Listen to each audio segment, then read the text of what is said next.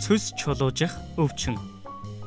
Энэ өвчнөөр 50-аас дээш насныхан болон эмэгтэйчүүд өвчлөх нь элбэг байдаг. Таргалалт, хөдөлгөөний дутагдал, буруу хооллолт, архи тамхины болон өөх тосны хит их хэрэглээ зэрэг шалтгаанууд уг өвчний үндэс суурь болдог. Ялангуяа өдөр бүр өөх тостой хоол идснээр цөсний хүүдийг ачаалал өгч, цөс өтгөр нь чулуужиж, улмаар хавирганы нумаар өвдөх, унжих, хүндрэх зэрэг анхны шинж тэмдгүүд илэрдэг.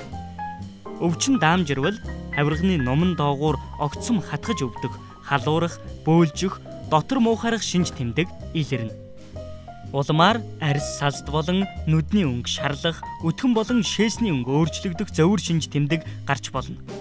Уг өвчнийг онцлох энгийн найдвартай арга бол хэвлийн эхо юм.